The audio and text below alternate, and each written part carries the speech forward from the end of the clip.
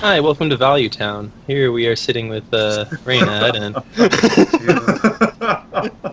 Did you guys see the clothing store behind me? Yeah, I did. I did. Yeah. Oh man. I saw that event too that you guys are going to be hosting here Yeah, soon. yeah. if we use promo code TempoStorm, or do we get Promo code 5% off? tempo. Yeah. Probably.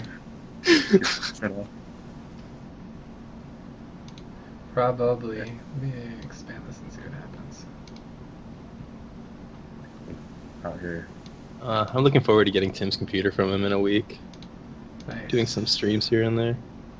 So I joined the nightly grinder tournament here. And you guys should. Wait. Grinder tournament. What? I joined that tournament. It starts at 8. So there we go. Matt finally accepted my challenge with chess. Sorry, I was too busy looking at the clothing store to see what I wanted to buy. Trying to figure out what we need to, what we're trying to get. You guys got any singlets over there that I can come by? Oh, dude. I need to turn on the allow friends to spectate games too.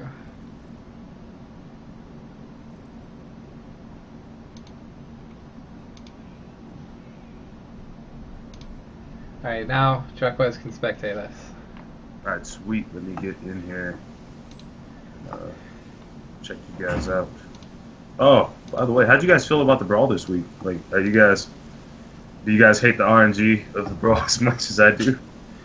This has like way less RNG than we're used to. Man. Honestly. Like I don't know why that's so funny. Like, what's so funny about that? Because it's still RNG. It's super sad to admit. That we're used to. Yeah. It is what it is. I think there's a lot of strategy that goes into this. I think there's like a backward meta. Like right now, like I don't even know like if it's right to coin out 2 pawns technically. Like, I don't know. You get what? See what happens when you don't. Oh god. There's only one way to find out. We play aggro. Stepped on my cup. Are you for real? Are you sure that you're gonna beat? Oh god, microphone. Are you sure that you're gonna beat the aggro king? Probably Dude, not. look at all these pawns I've got. I'm probably gonna draw a pawn to go with my other 2 pawns I've got in my hand. I hear you like pawns. Yeah, and then you like the board of 6 pawns can never beat a white bishop, but it can beat a lot of other stuff. Yeah, see, I think I've already screwed this up. Cool. I'm down with that. Yeah. Don't worry about it though. It'll be fine. I didn't have a 3-drop.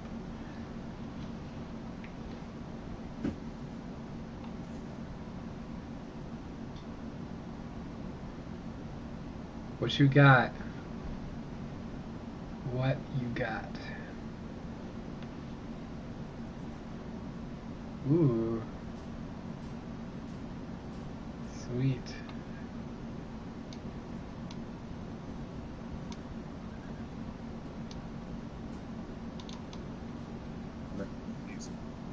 Brawl.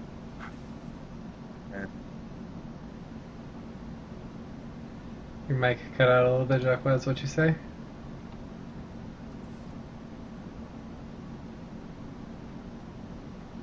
Jay? I'm good. I'm still here, man. No, I'm sorry. Okay. I muted myself. Oh, okay. Got it. Man. All this skillfulness. Dude, Sorry, I was on game, the phone with Mary. this game is super over. Is it? Yeah, I'm super lost. I don't know. Like I was playing this earlier, and I thought I was like totally losing or totally winning, and I found a way to lose. So don't fret. We'll see. I actually really like this chess thing. I wish they would like make it like an actual like little game mode or something. I'd hell play it. Yeah. They should, like, you know how League of Legends. Do you guys play League of Legends or not? Yeah, yeah. So you know how League of Legends has like, you can make a custom match with like a bazillion options, but they only really run a couple of games every week. Like they run 5v5, 3v3, and then like one bonus game maybe. Yeah. Has like a queue you can find random people, but the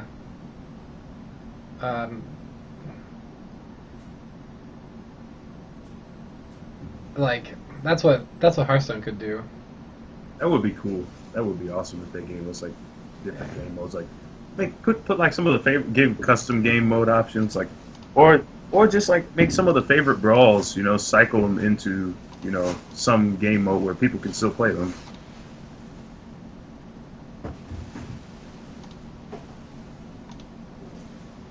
That would be dope. Somebody in the Facebook group was talking, or the public Facebook group was talking about like a brawl where you can use like any card from any class. Like I was just thinking about like all the potential for that. That'd be absolutely insane. That would make Hearthstone into a much better game. Where you could use any card?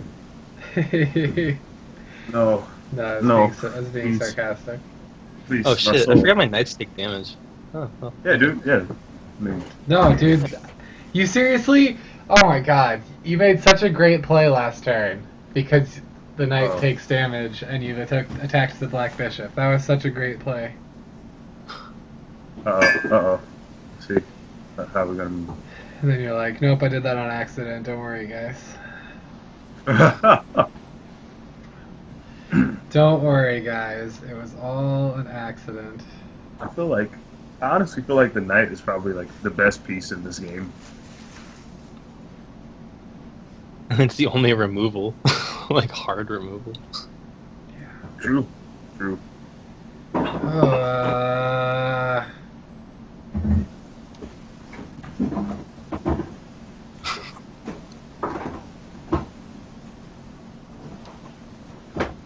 Whatever.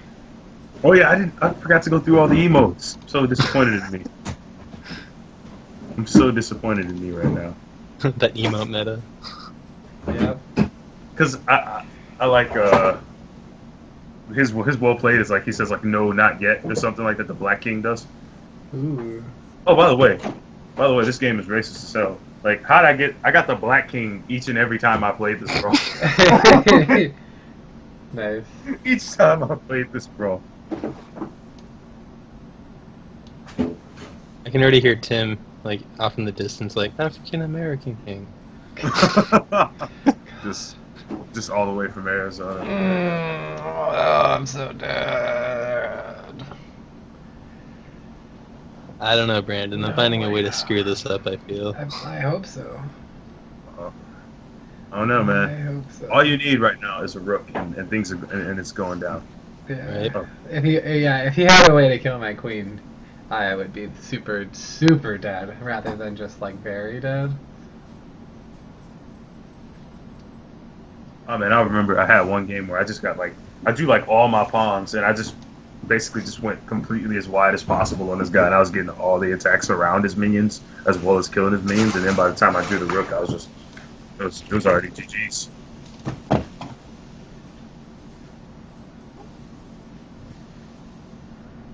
Shit. Dude, you have 2 cards in your hand. Like, what?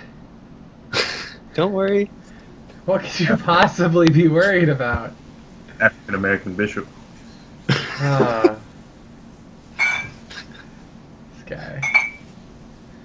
guy thinks he can possibly lose here. I mean, he can. I mean, it's not likely, but Yeah. Ho ho ho. Did you find an Argent Horse Rider? Oh. Nope. Way more hilarious. I found this card. This card. honestly, I think if Brandon finds a knight, he might be able to If steal either this one of us finds a knight, we're gonna win. honestly. Yeah.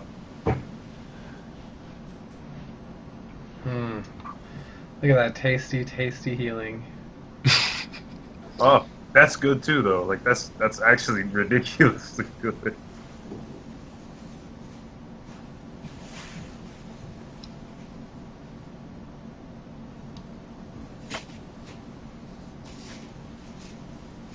Ah, crap.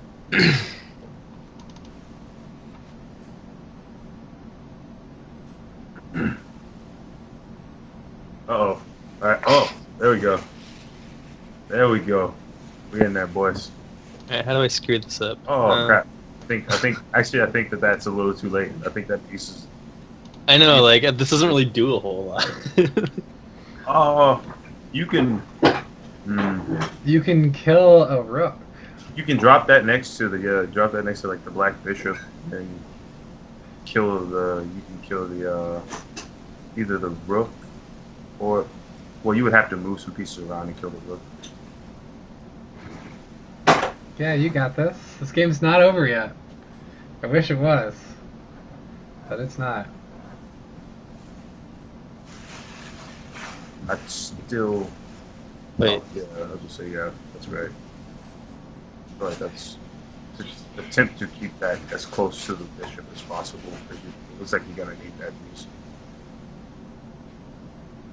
Like, but I don't think you have enough moves so where you can shift it, the bishop, and still kill that. So you might just have this. I'm like really bored of this brawler. Are you really?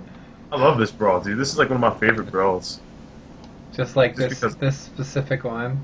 Well, in my Just head, love I'm like, chess. dude, if I top deck Hellfire.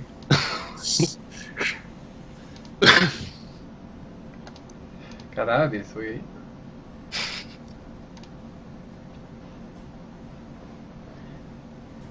But then Oh, like shit, for boys. this brawl, it'd probably be like Black Hellfire or something. Like, cause, you know, I think that's- 'cause it's racist. You're allowed to fine, right? concede. You're allowed. Yes, Yeah, it's totally game. I don't think there's anything I can do here. No, you have 6 damage, and I have the healing. Priest overpowered. I have the high ground. All right, Jacquez, are you ready? Oh, what are we doing? We're playing Tavern Notice- Brawl. Oh, hell yeah, I'm ready. What? I love this Okay. tavern brawl.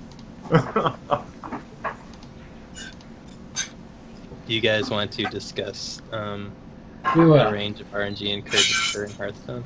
We will. But that's right. Gotta make my post. That's why. That's why nobody's here yet. Oh man, I got the White King. Oh, AKA Donald Trump. Wow. Wow. White King. Too soon.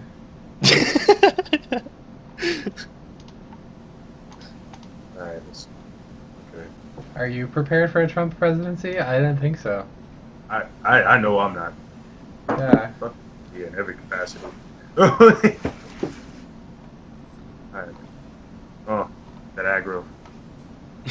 That turn 1 face damage. We out here, boys. You're obviously winning if you get that first hit in. Absolutely. Every time.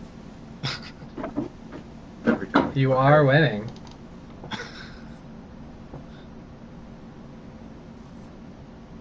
Look at that board swarm, boys. Oh shit. Oh shit. I knew he had to be saving the coin for like knight or something. Or like, I mean, a bishop. No, wait, no, sorry. Rook is 3. Knight is 4. Knight is 4. Knight is 4. Knights cost Alright. 4 mana. So, when I used to tell people about Magic, like, they'd be like, Magic, what's that? And I'd be like, well, okay. Holy shit. What the hell? I just lost. I We just swarm, lost. boys. Good game. This is how we play. This is how we play chess. Yeah, In the streets of Lauderon, this is how we play chess. Lauderon. I don't even know what that is. But, so, when I used to, when I played Magic, people would ask me, what's Magic like? And I would say, well, some people say it's like poker. Some people say it's like chess. Oh. But really, it's like chess, where you came with a bag of chess pieces, and your opponent didn't know which chess pieces you had. I mean, they knew what all the chess pieces did, but they just didn't know anything else. That's a good idea. That's a good comparison. Jay, somehow I think you're not in a good spot right now. Oh, I'm not. shit. Not anymore. I mean, see, that's the thing is, he was able to flip this. I have no 3 drops. I have no 3 drops. Where's your Tuskar now? Oh. Okay. We out here. We out here. We good. We're good boys. We good. God, I'm still sweating this, man. Man, no, you're good. You are definitely in a better place than I am right now. Yeah, well, I agree with that. Oh man. All right, look at that. Oh God. Oh, say what? Boom. My aggro. Oh, my. that top Oh, deck. that's most useless. Oh, that is so terrible. Wait, did he draw a queen? Or does he have 2 bishops in his hand? That'd be awesome. Oh my god, please. Please? Ah, no, we lose points. The comebacks are real. Alright, you ready for this? Dun dun dun dun. Uh-oh, we got waxed. We got waxed, guys. God, I can't even play any more pieces. You might be able to use that to your advantage.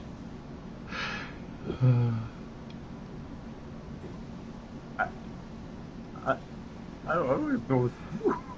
We just lose. We do not win this game anymore. Alright. Ah, I didn't hit any of my 3 drops. Oh, that's a game. That is a game. Yeah. That was great. Oh man, that's a cool little thing. Yeah, no, I didn't hit any. I think the thing was I didn't pick up any 3 mana minions fast enough. I had a bunch of 1 mana cards, so I was able to go really wide, but you were able to close the gap with your rooks. Alright, does anybody want to play against meta decks? You want to play against? If you play the chess deck, I'll play against you. 4 mana, 4 3s with charge. I got that. I got some of those. I got mean, can they only attack minions though? I got some 1 mana. I got some 1 mana 1/6s. I'll put those in my deck for sure. Be fucking sweet. Curator 7 mana 4/6. What is that? What is that? Shield Bearer 0/4? Oh God, Shield God. Bearer. What? Do you remember the days of Shield Bearer? I remember the days of Shield Bearer and Goldshire Footman. Like That I was was beautiful. Like, What hunter deck? What hunter are you guys playing now? mid range mostly, but I do want to try. It's a Death Rattle Hunter. I'm sure that. Like Enzoth Hunter? What's up? Yeah. It's Hunter. The gentleman posted it in the brew group. I don't know if I agree with this. Only thing I'm having reservations about really is the Scavenging Hyenas and the Tundra Rhino. I just don't see why those are there. Just don't. Dude, man, if Hunter had a card that like gave a minion Death Rattle, like and something, or just like give a minion Death Rattle, deal 0 damage, like if that was a thing. Oh man, like wait, like you could pass it to your you can give it to like your opponent's minions or what? Or No. No. So it's like all it does is give a minion Death Rattle for N'Zoth purposes. That's all it does. Oh, see, it does. They do have Infest, but he doesn't pull back things that don't actually have Death Rattle printed on You the also card. have that Hunter's hat, or the Adventurer's hat, or whatever. Oh shit! They do have that. Yeah. Fuck! Does that not But work with It N'Zoth? doesn't N'Zoth. recycle with Enzoth, though. N'Zoth Damn. doesn't pull back things that don't have the Death Rattle themselves. Card text. Don't have the Death Rattle card text. Okay, so we need to have something going on in the background. So do you guys vote ladder? Do you guys vote playing against me? What do you guys vote? Well, I We should mean, play I'm, against each other. Yeah. yeah, you can do that. No, I'm just throwing together this thing, throwing together this deck real quick. Okay, cool. So I will challenge Matt real quick then. Just the one game. So, all right, we're gonna start talking about this RNG. Oh, sweet. Tilt That is stone. something I've been looking forward to. In all honesty, I did want to talk about that. But so RNG is very skillful. That is first. That's where we start with the premise. There is nothing skillful. First, so that's the premise that I'm trying to prove. Here's the first thing that I need you guys to accept. The first thing is that a coin flipping contest does not require skill. So, and What do you mean by coin flipping contest? Are you talking about like Ragnarok's coin flipping? No. I'm literally talking about flipping a coin. Oh, okay. Like, we have a tournament of 1,000 people, and eventually somebody wins the coin flipping contest. The skill a person has at picking heads or tails will never, there's no correlation between determining heads or tails before a coin flip and then winning that tournament. There's a 0 R statistic, 0 correlation. So yeah, so that's where I want to start, and then I want to go to. There's a lot of skill in a chess tournament.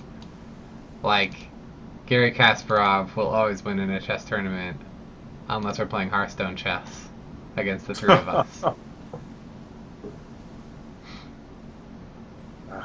Or if there were a complain about Putin tournament, Garry Kasparov would also win that tournament. But oh, you guys don't know that? No, I know what you meant. Oh, okay.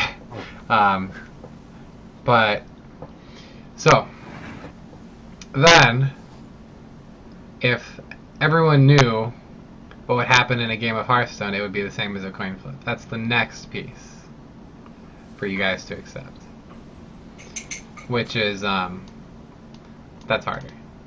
So but it is like, so if we were playing Shaman versus Zoo, and my hand was always Flame Imp into Dark Peddler, or not Dark Peddler because that has randomness, into Crazed Alchemist, into Imp Gang Boss, and like the rest of my the rest of my deck, I played face up and you knew what I was drawing every time, kind of thing.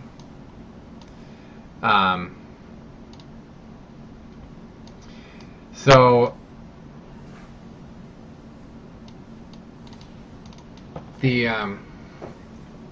so that would not be as skillful. You know, it's just people know what's happening, so you can anticipate, and eventually it would be solved. Like eventually, like you would know what was in your opponent's deck, what spells they were gonna play, what minions they were gonna play, everything like that. You would know what was in their deck, and eventually, if you played this enough, if you iterated over this game enough, you would be able to see who, like you would have one of those decks win all the time. It would be, you know, either Shaman or what have you. Yeah.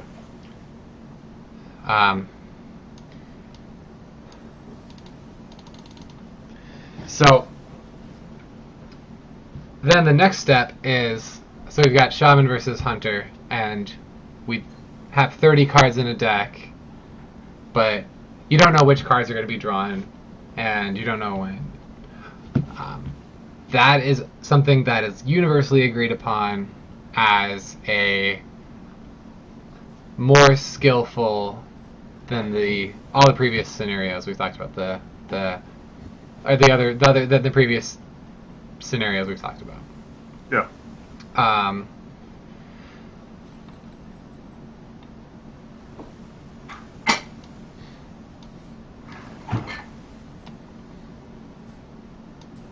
Whoa.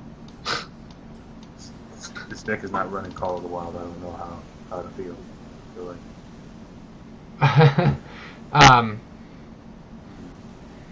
So then, gosh, sorry, it's hard. It is hard to play and talk about shit like this at the same time. No, I understand. Owned.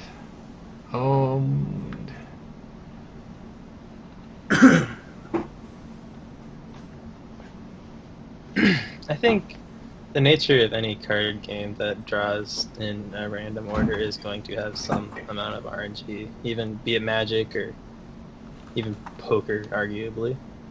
Right, right. And I don't think so that's, anybody. Nobody thinks that that's bad RNG. That's part one. What people think is bad RNG is, so if you imagine like a curve, right? So there is peak terrible no RNG, which is coin flipping, and then there's peak terrible RNG, which is also coin flipping, right? Like that's the comparison that everybody makes. Mm-hmm. Wait, say that again. Sorry. I'm totally not playing the next one. I want to actually focus on this discussion. I'm sorry. Yeah, we just need to figure out a way to have top decks for the win. Have you even updated this list since it got nerfed? What are you talking about? I replaced Tuskar Totemic with Argent Horse Rider. Like, what else do you need? Fucking Rock Fighter. So do you still? I still play Rock Fighter. Yeah, Rock Fighter is a good card. Yeah, I actually played. I still think it's a good card. Yeah, absolutely. Okay. Yeah.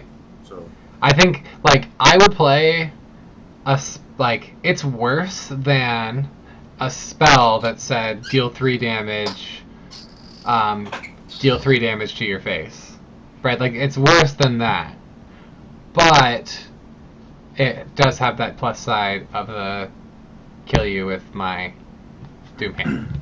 So it doesn't have the spell power buff, but it I mean, like, Shaman would very, very easily play a 2-mana card and deal 3 damage. Like, very easily. It wouldn't necessarily be in, like, every deck. Like, Dark Bomb wasn't in every deck. Like, I didn't play it into, you know.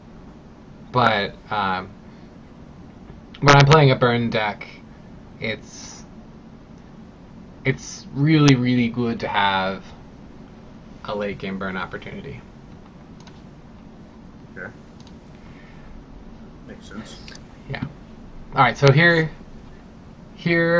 I am going to play Warlock because I know that deck like the back of my hand. So Okay. I don't have to think as much. So, but it is a standard Discord lock list, so totally no edgelord, crazed alchemist, or anything in this. So Matt, we've got the curve of it's a normal distribution, right?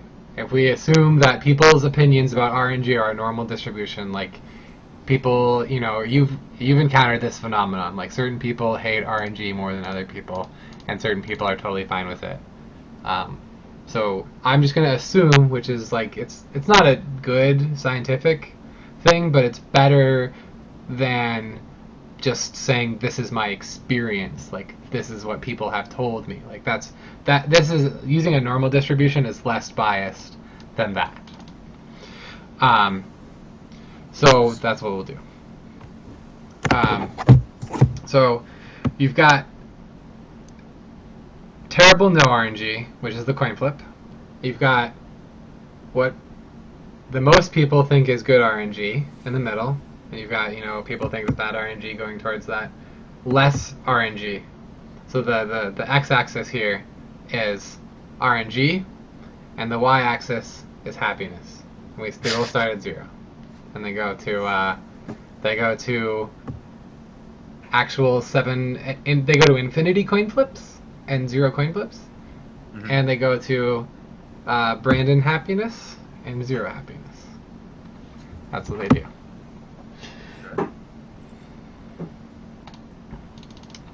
So, on the right side, you've got infinite coin flips, too much RNG. That's a complaint that people make all the time. The too many coin flips. So say we're not at infinity, but we're somewhere.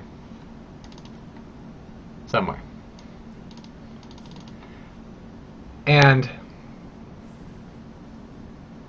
if you just ask people, if we asked everyone that plays Hearthstone what their ideal level of RNG is, and assuming people were all capable of actually knowing what their ideal level of RNG is, which I think is actually a pretty big ask, then we could find the actual ideal point of RNG. Or, so that's if you care about happiness. Or if we instead make the y-axis skill, there is the 0 skill of no RNG, and that there's 0 skill of infinity coin flips.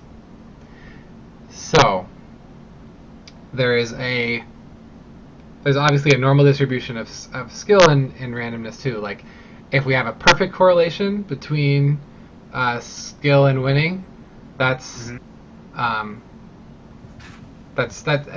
be terrible for a different reason. But in this curve that we've drawn, we can find the perfect amount of RNG for skill to win as well by just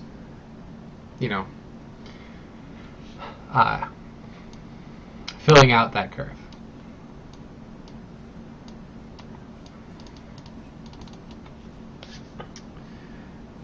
Then there must be a place where so now we are in 3 dimensions. Sorry for the visual on this, is going to be tough. But I think of it just to think of 2 separate graphs and then combine where those 2 graphs would be the highest for both. So you can maximize happiness and you can maximize skill from RNG. Those are totally different, but that's something you could do if you wanted to look into it enough. The places where people are happiest are, to me, the places where they feel like they are controlling the impacts of everything that they do. Like everything that they do has an impact on the game.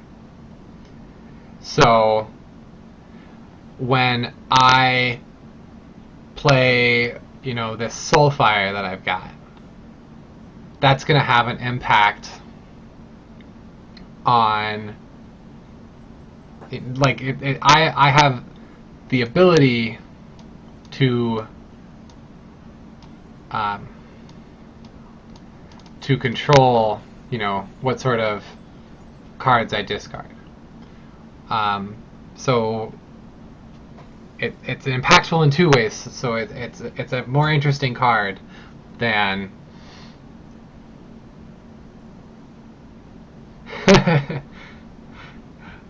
yeah. Somebody's making fun of one of my friends that I talk about economics with is making fun of me for my inexact science. But there's cards like that are fun in 2 ways, because they're fun in the initial impact and they're fun in the secondary impact of there's me impacting the board and there's me impacting what I'm doing in the future. And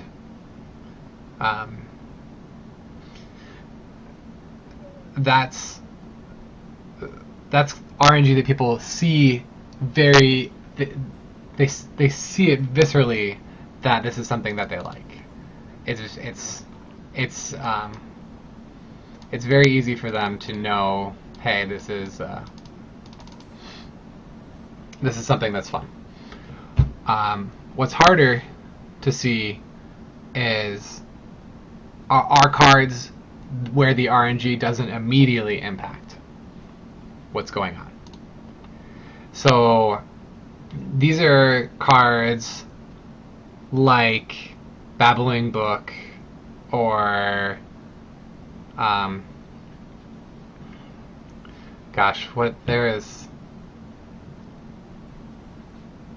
what are some other examples of like Barns. Barns is an example that when you build your deck, you don't have that initial, reward, but you do have it later in an unanticipated, uncontrolled way. Or you can think of it in the opposite way too. You have the control in deck building, but you don't have the control when you play it. So if you're assessing for skill in RNG cards that you optimize during deck building, so cards that are RNG that you optimize during deck building are cards like Barnes, all of the Joust cards. Yeah. Prince Malchazar. What's that? Would you say like Yogg maybe? Yeah. Yogg, because the number of spells that you cast, and also, but so there's that's RNG you control during deck building, and it's not apparent when you're playing a game that skill matters. A lot of people think that skill in deck building is not worthwhile, or not fun to them.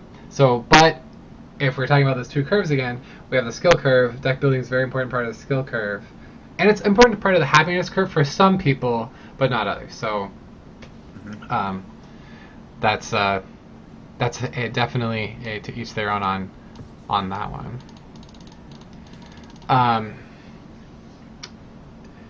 So, okay, there's that RNG in Hearthstone, and I don't think that Barnes and Joust are terrible RNG because of that. Now, some people don't like that your opponent doesn't have that opportunity to interact with your deck building RNG. However, there is also the skill of knowing. It's not an easy skill to quickly identify, but it is it's hard to point out what the skill is in a Barnes scenario. But imagine you're playing against a Reno deck.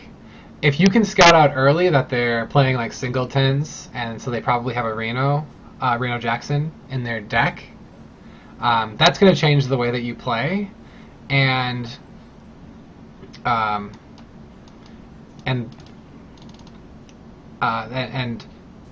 Barnes is the same way. That's the way that a skillful player interacts with the RNG from a Joust or a Barnes, or like a Yogg. Like, you obviously spells combo with Yogg, so if you see a lot of spells, that's how a skillful player interacts with that.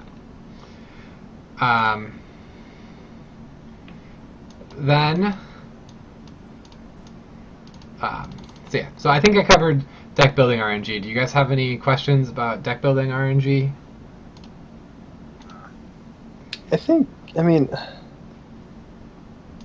Yeah, you're totally right, but I don't think that's ever really been any of the qualms. Like, it's obvious that. Yeah. I'm talking about. I just want to go really, really broad on all these RNG topics, and then we can bring qualms in of like why players complain in the end.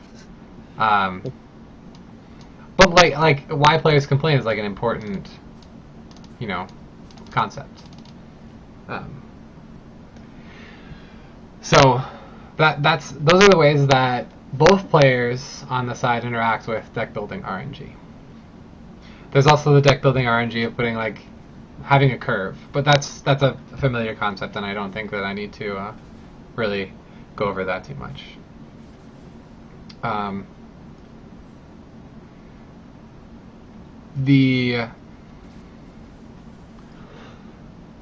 Excuse me.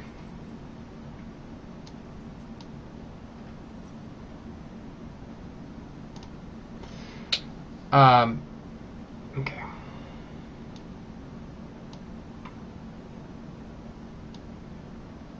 Oh, I like this. Brandon, please.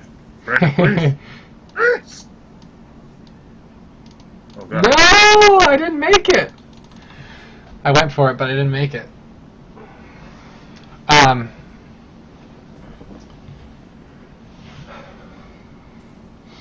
Um. Oh, God. No. No. Oh. Oh, just, Yeah. I mean, still lose, but this game is not won by any means. Yeah. Um. Yeah. You can live a turn if you kill my knife juggler. If I kill your knife juggler, I still die. Oh, never mind. Never mind. Never mind. Yeah. Yeah. Yeah. So I actually have to. Yeah. No, that's Yeah. You're dead. You're dead anyway. But I went to unleash the hounds. No. yeah. So I don't think we need to. I don't think we need to go over like why you want to build your deck with a good curve. Basically, that's the other part of deck building RNG. And you can also react to if somebody's not curving out, like you think they're probably like a more controlling deck that just doesn't curve. Cool. Mm-hmm. So I think everybody kind of gets that. The next thing that we have is the mulligan RNG. This is when you're deciding what your level of like risk tolerance is. You know, do I want to keep this silverware golem because I feel like I need to take a risk to get ahead in this game, or am I just going to just mulligan and try and get to other jobs? This is also your opponent does not really interact with your mulligans, especially since they made that wonderful, amazing change that they needed to make like 3 years ago, where you can't see your opponent's mulligan until you decide your own. When did they make that? Wait, when did they do that? I honestly don't remember, but I thought that you could just like wait people out and then you see them. I didn't know that I didn't even pay attention to that. yeah. I think it was back. It was like a couple months after Old Gods hit that they fixed that or changed that. Yeah. But they did it. And alright. So mulligans, you consider things like risks you're willing to take, redundancy, etc. Blah blah blah.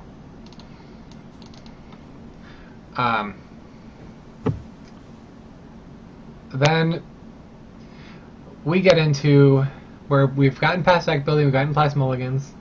Now we're into the actual game. Mm-hmm. This is where the RNG effects are felt. This is where the complaining happens, or whatever. When you are making plays during a game, it's much like mulligans. You're deciding every turn, what are the things that I could draw? You're not deciding how many cards to draw necessarily, but you're deciding what can I draw? What do I know about my opponent? What in terms of what do I know about my opponent is reflected by what plays they're making, what minions they've played, what spells they've played, all of that sort of thing.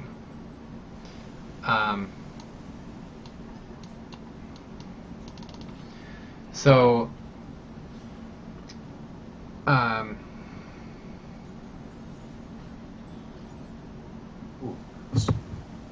it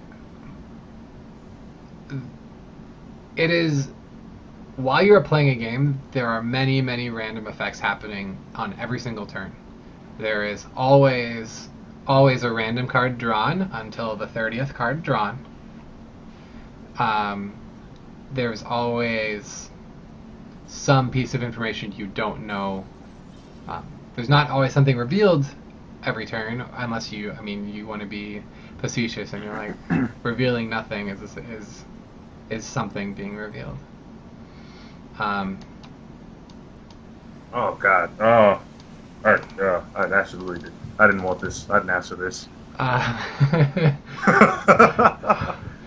Um, so you are. This is a skill everyone has that plays Hearthstone. Whether they're good at it or bad at it is different from person to person. But everyone has the skill um, of of changing their mind about what to do based on what their opponent does and what they draw and how their random effects go. Mm-hmm. So you might think that the more random effects a person has, the more decisions they're making. But the problem is that is not true because of the infinite coin flips. If you have infinite coin flips, you're making infinity decisions, but you are still just demonstrating your ability to say heads or tails. You're not demonstrating an ability to accomplish anything useful or demonstrable, or to demonstrate any skills. Mm-hmm. Oh, Sir Finley, please. Oh no. So you need to have in a game for players to have the most fun. You need to have the balance between a number of decisions. So on our skill graph, there is a number of decisions in between infinity and 0 that is ideal. And on our happiness graph, who knows? Some maybe people really. Actually, I won't say that people really enjoy flipping a ton of coins. Oh. I don't think that is. I don't think that's right. So, in the happiness, there's some number of decisions where that's maximized as well. And oh shit, I forgot about that. That was a mistake on my part.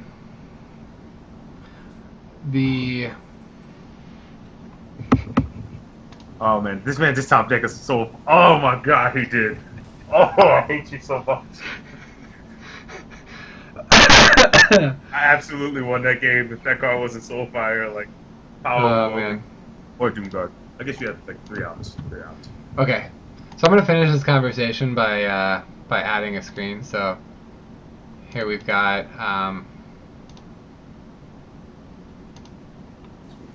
Makes me sad day. yeah.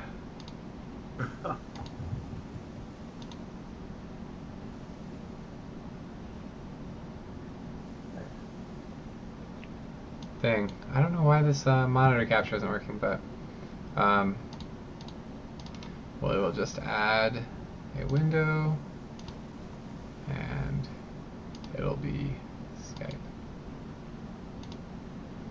Okay. All right. So I've got Skype up. Let me make it fit the screen. Okay. Cool. So we'll finish this with the webcam because it's important. Okay. And this is really the meat of the conversation. So there's some number of decisions that maximizes happiness. It's in between 0 and infinity. There's some number of decisions that maximize the skill. It's in between 0 and infinity. Mm-hmm. Every decision that, if you make the right choice, so every decision that has a choice that makes your probability of winning or probability of losing before knowing the outcome, because if you know the outcome of a coin, you can be 100% right. So every choice that gives you a plus or minus to your ability to win the game is a skill increasing choice. For example, if I am playing rock paper scissors and I know that if I know, let's use Hearthstone. Rock paper scissors is a simpler example if people don't know how to play Hearthstone, but we know how to play Hearthstone. So, if I play my knife juggler before playing my other minion, that's a choice that I made that increased my chances of winning, because me playing the knife juggler before another minion is not the same as me playing the knife juggler after another minion.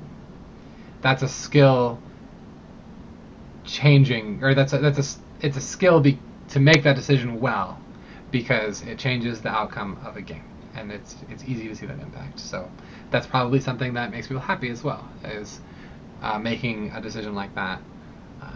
And if it's a decision that they make correctly, or realize how to make it correctly, or of course the time, is probably something that makes them happy.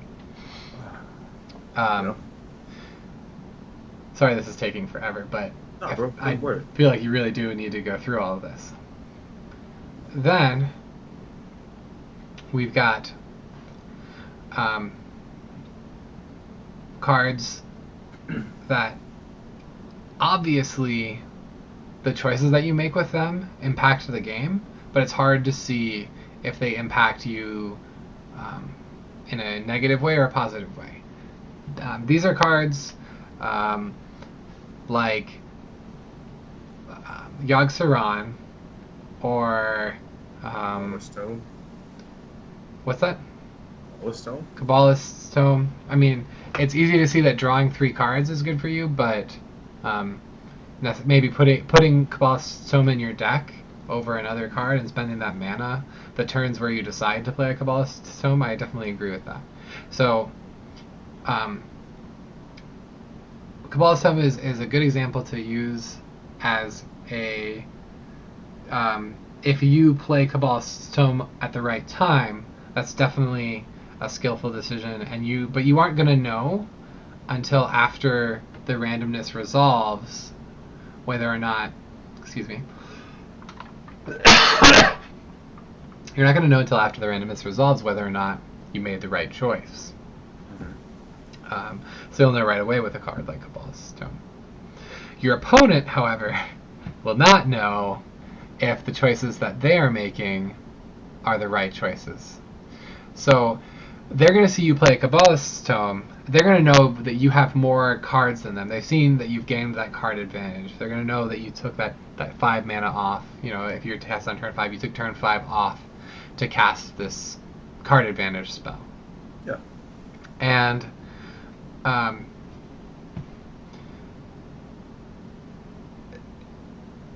but they're not going to be able to know if their decisions were the right decisions, like all of their gameplay decisions now, for the rest of the game, because they've seen that, mage spells are impactful. They're not going to know until you play those spells if any of their decisions are right, and that is that RNG factor that people complain about. That is why they complain about it, is because they no longer know as soon, as easily, as quickly. I said soon already, but they don't know if their plays are positively affecting their chances of winning or negatively affecting their chances of winning. Yeah. They still are. All their decisions of like what creatures to play, what spells to play, what things to attack, all those decisions are still affecting their odds to win or lose. But they don't know until basically the end of the game. Makes sense. So how I've decided to react to hidden cards in my opponent's hands is to just play more aggressively. Just play aggressive shaman, play aggressive hunter, play aggressive warlock, play aggressive warrior. Just play more aggressively, so I'm not responding to what my opponent's doing as much. Now, whether or not playing more aggressively is more fun for you, that's totally, we don't know where that sits on the happiness side. but it is a Mhm. way to, on my side of the table, make the skill more towards a more skillful play, because I'm still playing the deck to maximize my damage and react to what my opponent has done. And you're still playing around things that could exist like Flame Strike, but there are few enough AOE's in Mage or other decks that can get random spells like Paladin, that you can still play around like a general AOE effect. With Paladin, they always have equality, they always have consecration, they always have wild pyromancer. So if they discover a spell and they were in a bad board position, they are making decisions based on their information. And if I'm playing a deck that my opponent generally knows what I'm doing, that means that I can generally know what they're doing. The way to beat an aggro deck is the same. You play slightly bigger minions, clear the board, gain advantage that way, and hopefully do it quick enough where you didn't die first. That's the way to beat an aggro deck. Even in the aggro mirror, that's the way you beat an aggro deck. So I can predict that my opponent's going to try and do that, and respond to that.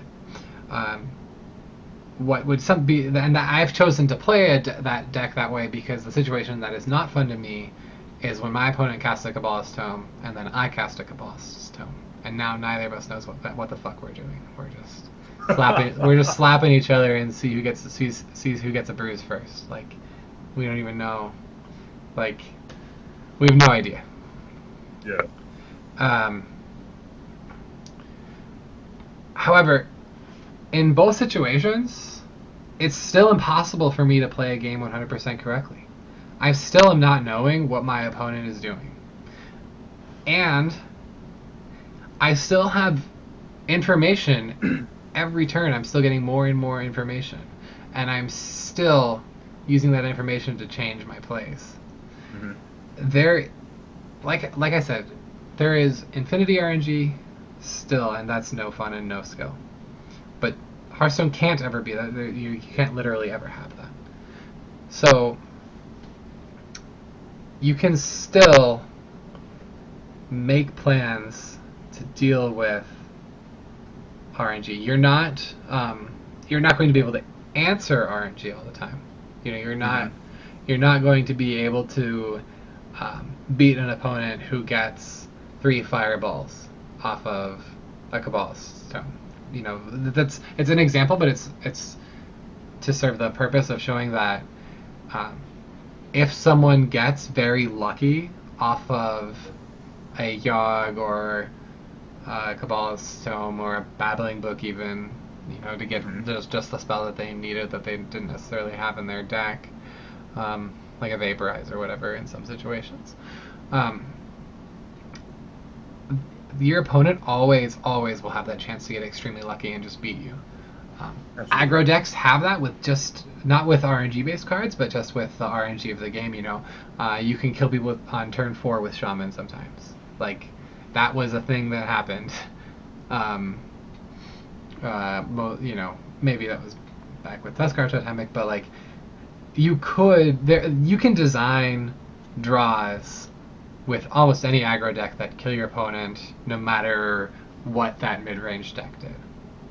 Like, there's no deck that will beat every single aggro draw out of a deck. That's just, if that were actually true, the like if the probabilities were like that tail of aggro being insanely unstoppable just didn't exist, I bet you that aggro deck would not be played in tournaments on ladder. That would be just a shitty aggro deck.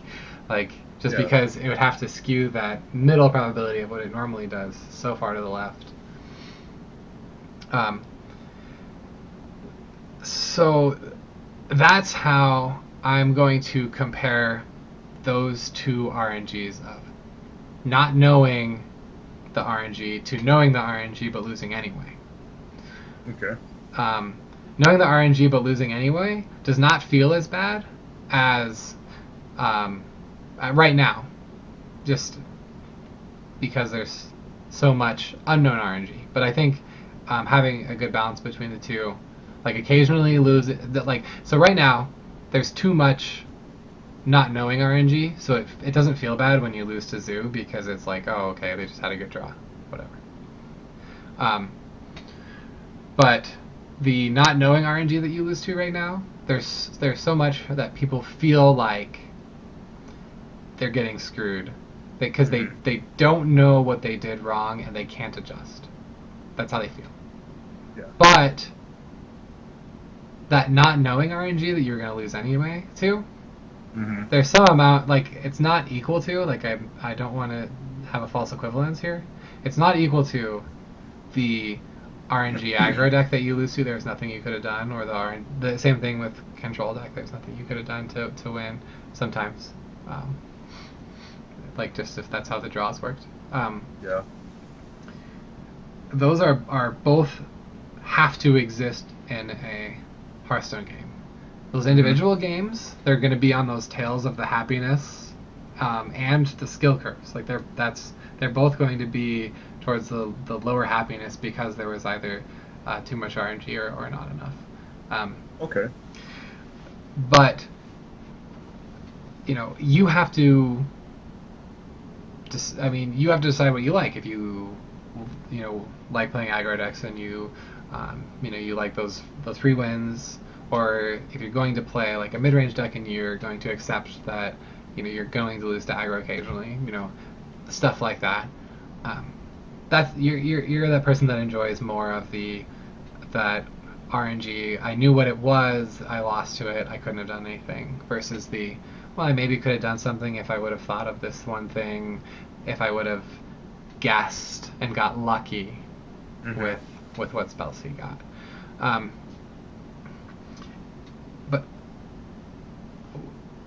So those are, again, our extremes, and that's what we use to show what the space in between looks like. And that's where, every single play that you make moves you towards winning or losing. And you're never going to get all those plays right. No matter. Like, if you got all those plays right, the game would become instantly would become boring for you.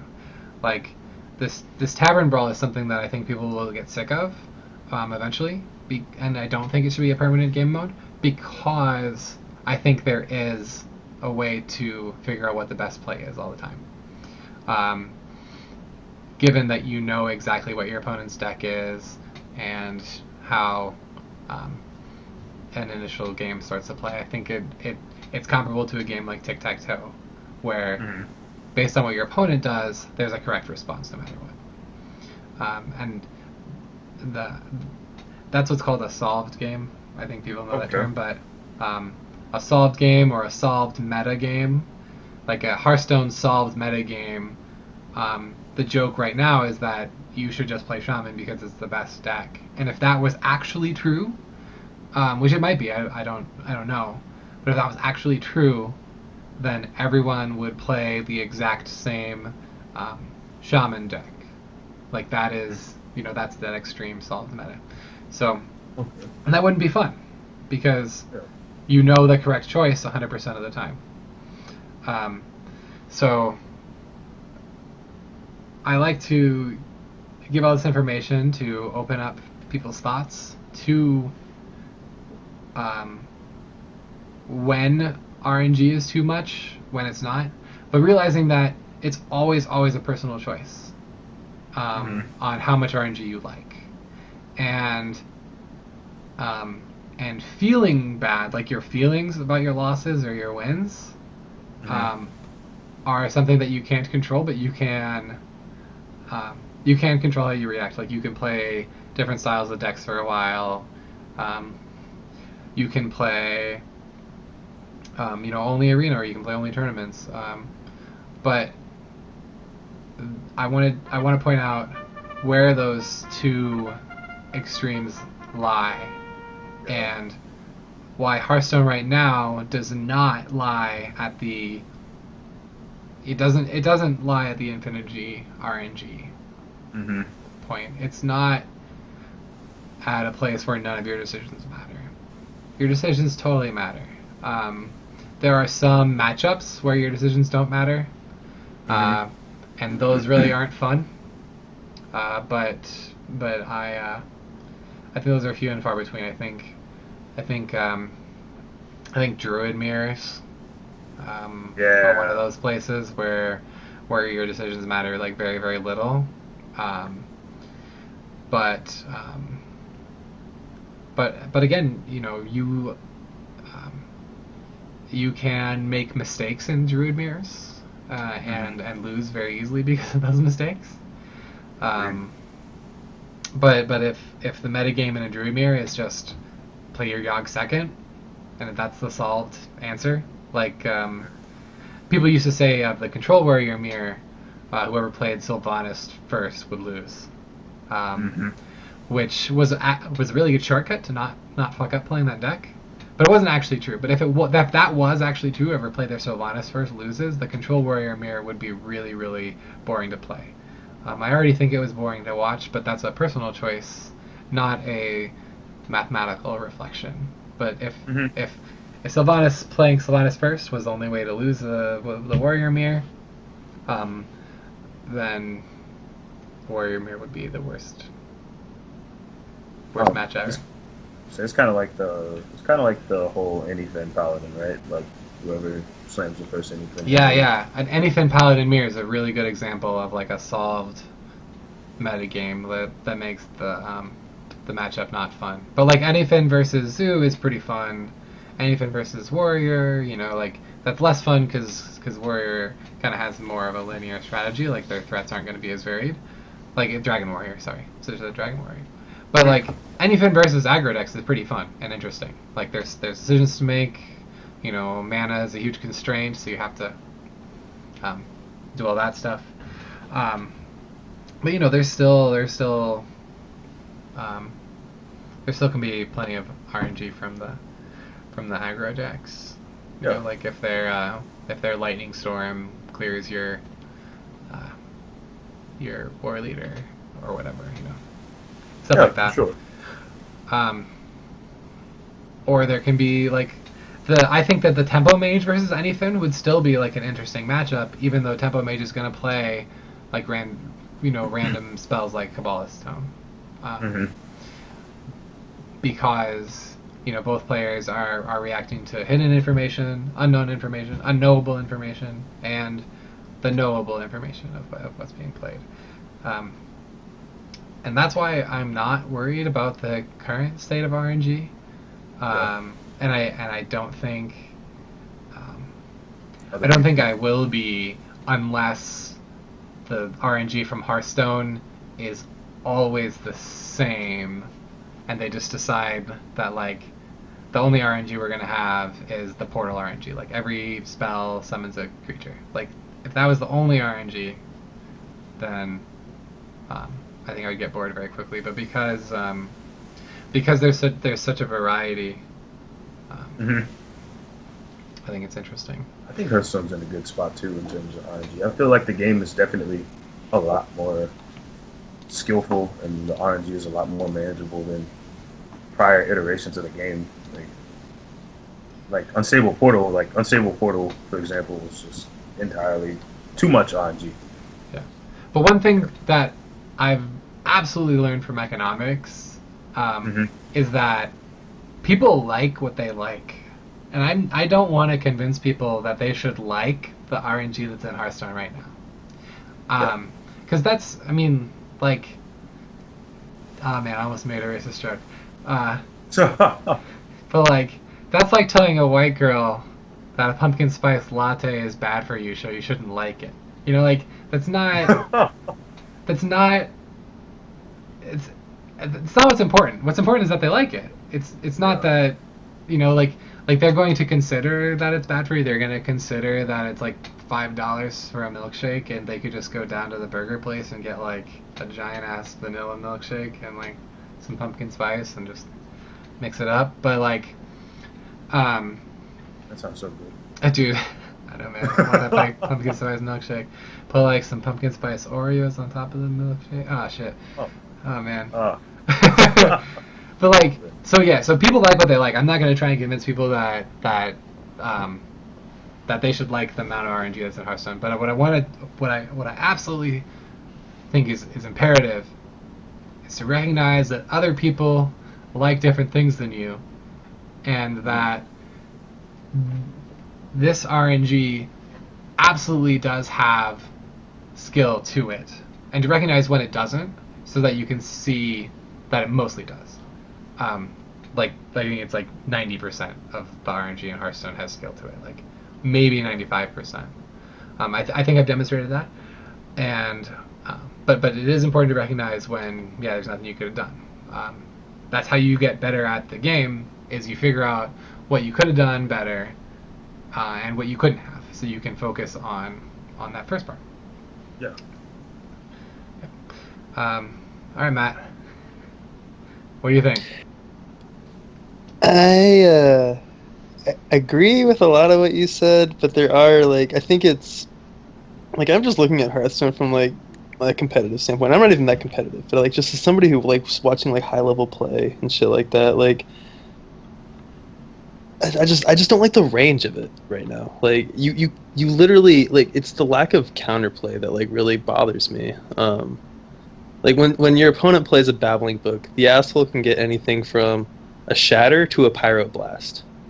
Yeah, I covered that. I know. And I think, and I guess maybe you're right about people like what they like, but I think people can like one thing, but it can be also invalid.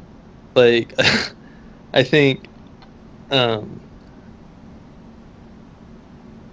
don't know. It's the whole. It goes right back to the Yogg thing, Yogg being competitively viable. That's a real fucking problem. It's your He's not really Ironforge portal summoning anything from a 1/4 to a 7/7. It's or your Burgle opponent some getting anything from a humility to an anything can happen, or a Tyrion. Yes, you should be able to accept that there are things that you were just inevitably going to lose because your opponent drew the anything, you played your deck out perfectly, but then he just happened to have the card that killed you because he played your deck for you, basically. Mm-hmm. I don't think that's healthy. I think that's extremely unhealthy, actually. I don't know. So, I totally get what you're saying, and I guess it is 100% a matter of perception. So it's not. What you're saying, what you are complaining about, is not a lack of skill. You're complaining about the breadth of possible results of a match. So you can't play around it. I'm talking about some extremes, I know, but let's say Anyfin versus Burgle Rogue. What am I supposed to do? Not play any Murlocs? How do you play into that kind of crap?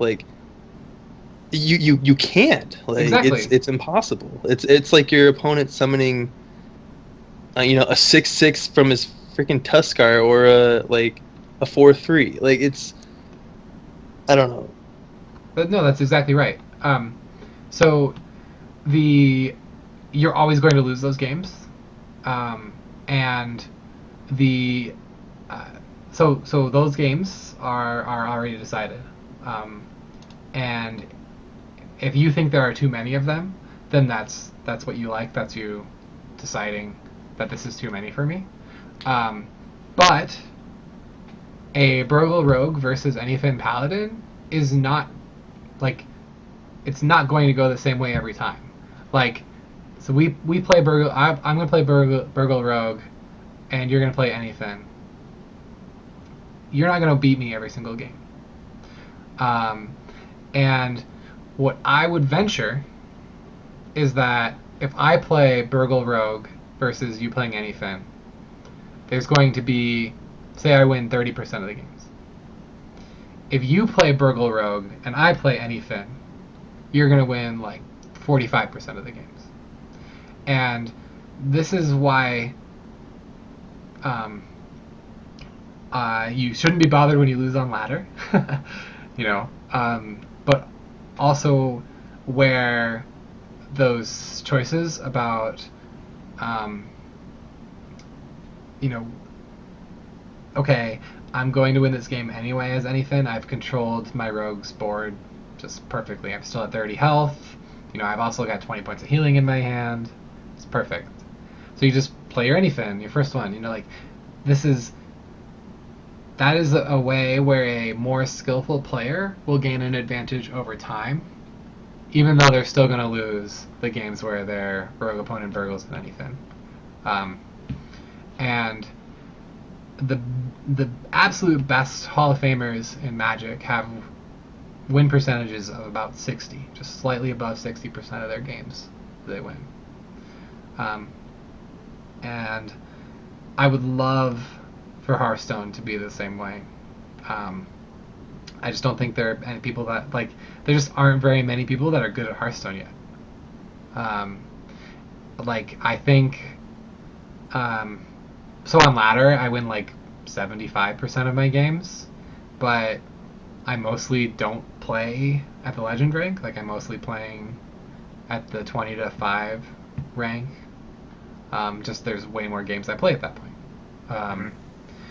So that's what I'm gonna do. And when we see a player that is actually good at Hearthstone, I expect them to win 55% of their games. When I see the best Hearthstone player, I'll expect them to win 60% of their tournament games.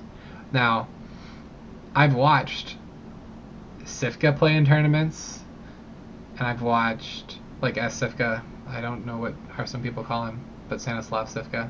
They just call him Stan. They call him Stan Sifka. Stan Sifka, okay. His record in tournaments is very, very good, but he dropped off from the tournament scene because only winning 60% of your games in Hearthstone tournaments is not enough to keep being popular. You also have to do the social media, the streaming, etc. Because a person with a 60% win rate in, say, you're playing 100-person tournaments, is under 2% to win the tournament. They have to play 100 tournaments to win 2 of them. It's less than 2%, but 2% is a super high estimate. But so if we just if we had a better Hearthstone tournament circuit that instead of rewarding winning tournaments, rewarded finishing in the top half of tournaments, which would honestly I don't have any idea how to design this, but or just had more tournaments with bigger numbers of people all the time that mattered, we would see people that are actually good at Hearthstone reveal themselves over time, and that's why playtesting is so important, Matt. Is you know those 50% of games that are decided already by luck or just RNG that is shitty and you didn't know what was going on, and that 50% or 20% or 5% of games that aren't decided by that's where you see what cards matter and what sort of plays matter in that game.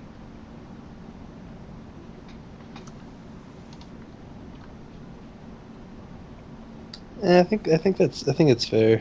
I don't know. I guess my South is literally just about cards specifically. Broad had talked about, or I don't know if it was Broad or when they were talking about the nerfs and everything. They talked about the nightmare scenario of you play a 20-minute match, you play perfectly, you guys are going toe to toe, and then a single card can literally coin flip a win. And I know it's not as prevalent in the actual high end competitive scene, maybe not as much as because I've been playing a lot of ladder lately, Like you won't see, Burgle Rogue or Tempo Mage in very many tournaments because they're really like inconsistent, like naturally. But I don't know, it's just the route that they're going with this game. Like I don't know. I can't articulate my arguments nearly as well as you, Brandon. But um, I just don't like getting blown out by a single card. I'd rather have an idea of the 30 cards and like have the range be reined in. That's why I think Discover is a beautiful mechanic. Like look at Ivory Knight. Like there is some read. Like let's say you're playing against an opponent at 15 health and they play Ivory Knight and then they healed for 8. Well, it's like you have an idea that like okay, he picked up a Lay on Hands, or if he healed for 5, like it's either like Blessed Champion or Solemn Vigil or yada yada yada. Like regardless, it's like a spell, like it's a paladin spell. It's not like It limits the chances of the randomization. You can formulate some idea of what they. Yeah, and that's the same reason that nobody complains about Joust, is that it's totally readable RNG. Whether or not you're playing correctly in response to it. So a card like Dark Peddler, there's so few 1-drops that are good. Like you can react because if it's a good minion, they're just gonna play it. If it's a good spell, they're gonna wait until you're at 4 health or that they need extra 4 damage or whatever, right? Or if it's or it could be a Mortal Coil. Like there's 3 things it can be. Like it's not hard to react to that. It's this. It's if there were a card that said discover a 6-cost card, or even worse, discover a 4-drop that just like a neutral 1 mana 0/1 says discover a 4-cost card. That card would be terrible for people like Matt. I also wouldn't like it, but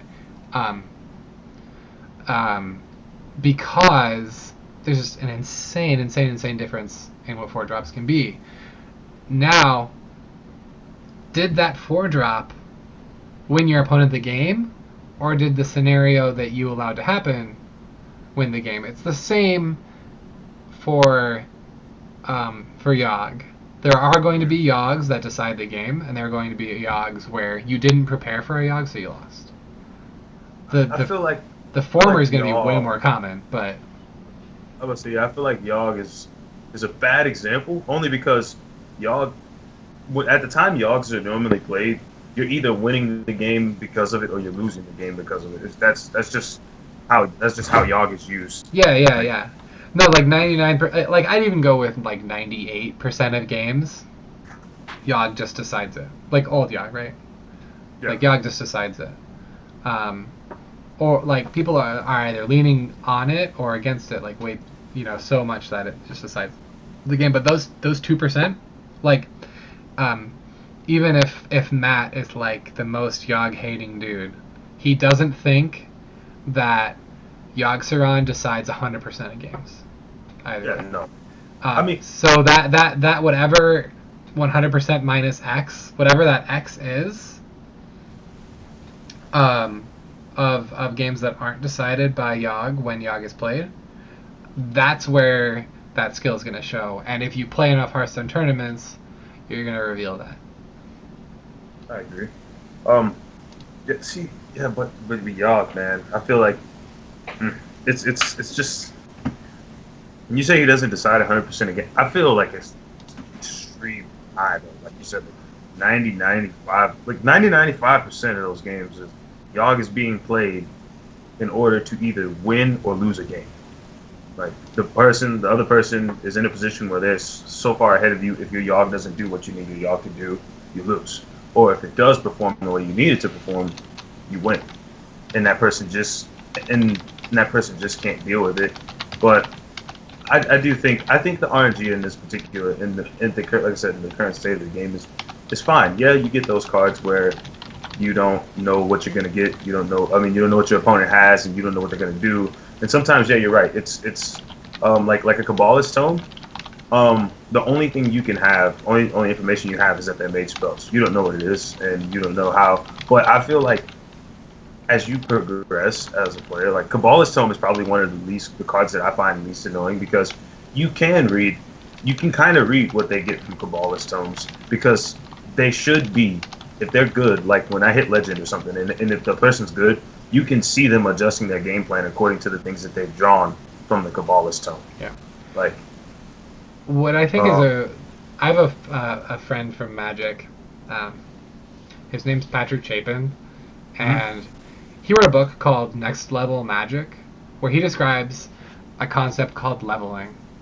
So, so say we're playing a zoo mirror, and if I play a Flame Imp, I know you're going to coin Dark Peddler, right? okay. And I know that if you coin Dark Peddler, I'm going to lose. So what I do instead is I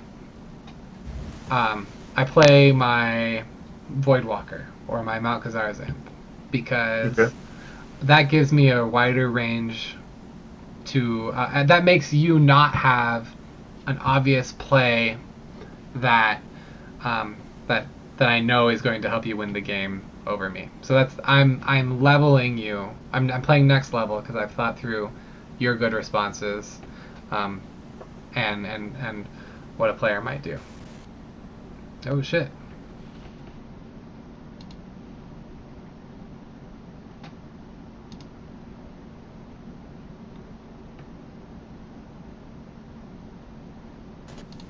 Hello? Yeah, Matt died. Oh, you died. Oh, yeah. I was wondering who was supposed to call. Okay. But yeah, Power surge. out of nowhere. What? That was crazy.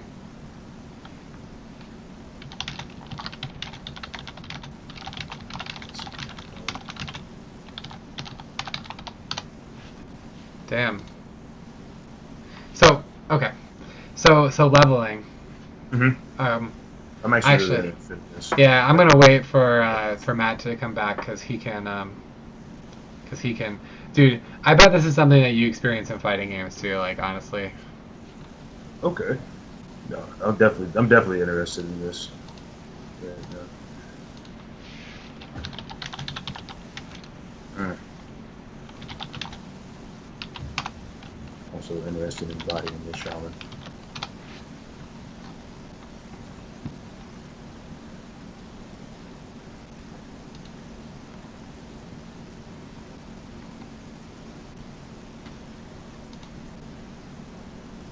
Oh, circuit breaker trips. It's not the storm.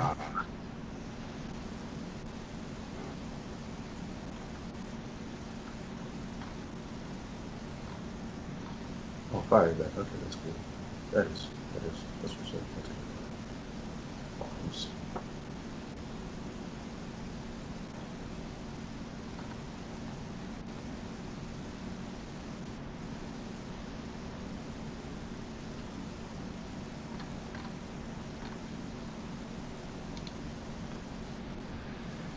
Okay. I re-enable my camera. Blah blah blah. Sorry everyone. We'll get back to this soon.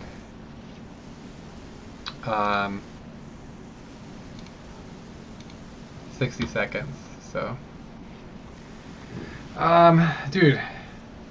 What's up, man? Do you know any jokes? I know tons of jokes. Are we talking about appropriate jokes? We are in public. Dude, Oh, okay. like, when I said I was going to make a racist joke earlier, like, I didn't actually have a racist joke in mind, but, like, to me, that seemed like the appropriate time. Because it's like stereotypes are like that, right? Like, stereotypes are basically, like, trying to respond to RNG. Because, like, if I see a, like, God, I don't think I can get into this without getting in trouble, but, like, actually, you know what? Okay, so, there's a book out now called Weapons of Math Destruction.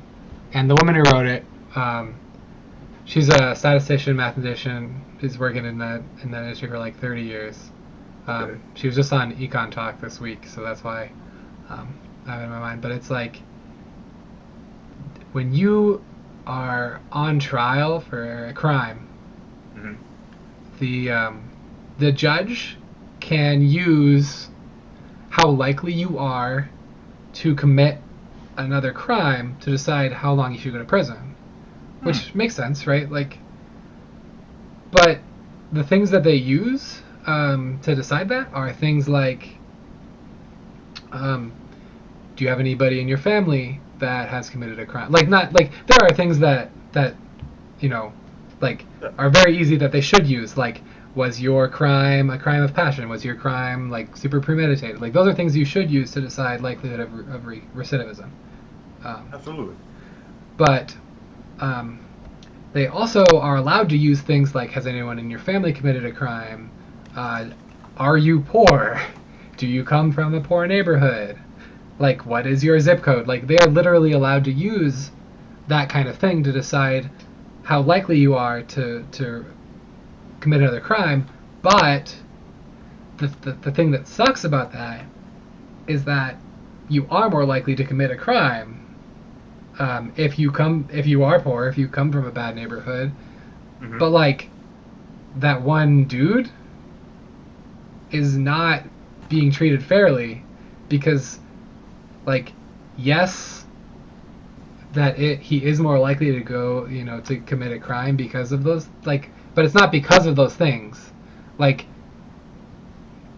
the fact that he's poor is not like why he decided, to go punch his neighbor. Like, that's not why he decided to do that.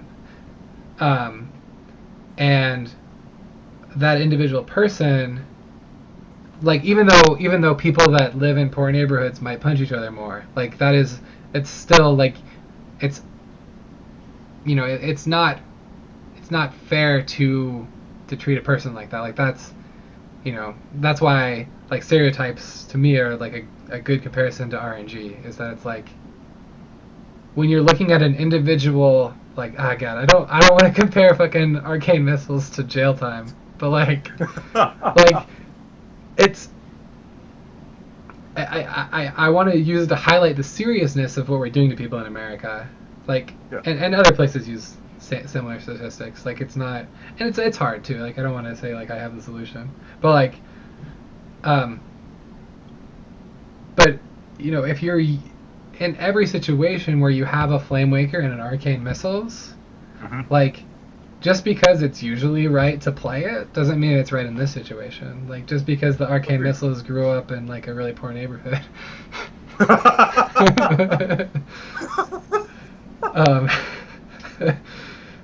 Oh god. I do Yeah. want to. Can I just chime Yeah, in yeah, before yeah. my circuit breaker trips again? Sure. It's just the intensity of this conversation. Sorry, yeah. Use humor to make fun of bad situations, like so, yeah. I think it. I mean, I guess in the long run, I guess you've kind of calmed my my salt, or you sugared my salt a little bit about like some of the RNG within this game, but Dude, that's I think and a inappropriate lot to of it talk about is on stream. maybe it's just what's the word? It's how you view game theory. Like something like arcane missiles, or even like Animal Companion. There's always the meme of like always Huffer, and that's obviously not always true. But something like Animal Companion, it has a very controlled range. It's like 1 of 3 outcomes, or like Arcane Missiles, it's like a 1 in like 9 outcomes, or you know what I'm saying? Yeah, you're just you know what's talking. gonna happen, or you have an idea. It's this. They've been leaning so hard toward this just slap the word random and laugh like you're a fucking 13-year-old girl at Hot Topic. Like I'm so random. Like it's. I don't know. I think they just need to control the range. Like, I think Ragnaros RNG is fantastic. I think Sylvanas RNG is just fine because there's always a way to play around it. But when like somebody sees Babbling Book, like, do you have to play around 3rd and 4th Fireball? Do you have to play around another Pyroblast? Oh, did they draw Vaporize? Did they play Counterspell? It's. Yeah, you are talking that you are expressing very well. that you think that the range of RNG is right now is too much, and it's not something that you enjoy. Yeah. So I think maybe that's just no, I that's think that was absolutely part of what I was saying. Absolutely. yeah. Oh yeah. So I maybe feel it's like, just perception. Like it's fun, and I think really at top level I play, I mean, think these high RNG decks don't not really to have. get too deep on you, but like literally all happiness is perception. Like, and the ways that you are predisposed to perceive things uh, affects all of your emotions, and and if you are happier, like my wife is, um, expecting happy things, and then when those happy things happen, you can go expect more happy things because you've planned for all of these great things. Then you're probably going to like less RNG. But if you're a person that is easygoing and life is always great, no matter the outcome, like myself, you're probably you probably are going to prefer more RNG than a person like you or like my wife. But that is and learning about your perception of happiness is really interesting. So deep. But you are absolutely right in that your preconceptions and your postconceptions, which is not a word that people use, but it should be. But like your thoughts before something happens and your thoughts after something happens are both things that have pieces you can control and pieces you can't. And over time you can control them more, you can control them less. Especially much like Hearthstone RNG, it is as you control them more, you see those opportunities for control more often. And if you're a person that likes that more control, you're happier. Versus if you see those opportunities, you don't really consider the RNG options, and as time goes on, you feel less and less control, and you feel more and more surprised. Then you're probably gonna be less and less happy. And I think it's certainly harder to do the latter for someone like you when Hearthstone is moving in this direction. And I would agree with you that they're moving in that direction. Yeah, I just hope it's not gonna stay that way because I love this game. This game has so much potential, and I think that they maybe it's a fear of complexity within this game because of mobile. Like I think they need to like I almost I don't want to believe it, but I feel like maybe they've hit all that they can do with this game. Without like Discover was probably the most intricate mechanic we've ever seen. And that's really not saying a whole lot. Like I don't know much about Magic, but I imagine Magic has archetypes and like mechanics that like make this game look like a child's card game, right? Magic has been around for 20 years. Yeah. Yeah. Magic has more mechanics than Hearthstone has cards. Like it's because it's been around so long. Magic introduces like average 3 new mechanics per set, and they have average 3 sets per year, maybe 3.3 sets per year. So, yeah. I think with Hearthstone, I think that they're far from reaching, everything that they could have done, everything that they can do with the game in terms of like with the complexity. There's so many things that they can do and still keep it simplified. Like for example, they can implement some of the cards, some of the archetypes, or some of the mechanics that they've implemented. Or some of the things that they've implemented in like the adventures. They can like actually give some of those similar cards to us. Like how that I can't think of what the boss was, but he had the minions. The new dragon. Yeah. Not the new dragon, but the new dragon was dope. I really love that guy. But it was in, I want to say it was in Naxxramas. Like when he had a card die, it would transfer the minion over to you, but it also burned you. So it's upon the player to find a way to remove said minions or to trade off those minions. Like there's so many mechanics that they put in these solo adventures that we can still have implemented. They just haven't given it to the players. They're just giving it to the NPCs. I think there's so much that we could do. There's so much that they can do with this game and still not make it overly complex. And to be fair, and if I'm going to be 100% honest with you, like Hearthstone, Hearthstone is complex to a degree, like primarily because of the interactions. A lot of the interactions don't even make sense. Like some of the interactions, there's no kind of continuity with like how things work at all. Like there's no stability whatsoever. Like for example, Yogg saw for example, just Yogg in and of itself. His effect is a battle cry, which means technically, if we're going by battle cry rules, he should be completely unaffected by all those spells until he's done casting, because that's just how battle cry works. But for some reason, he's considered on the board while he's performing these casts.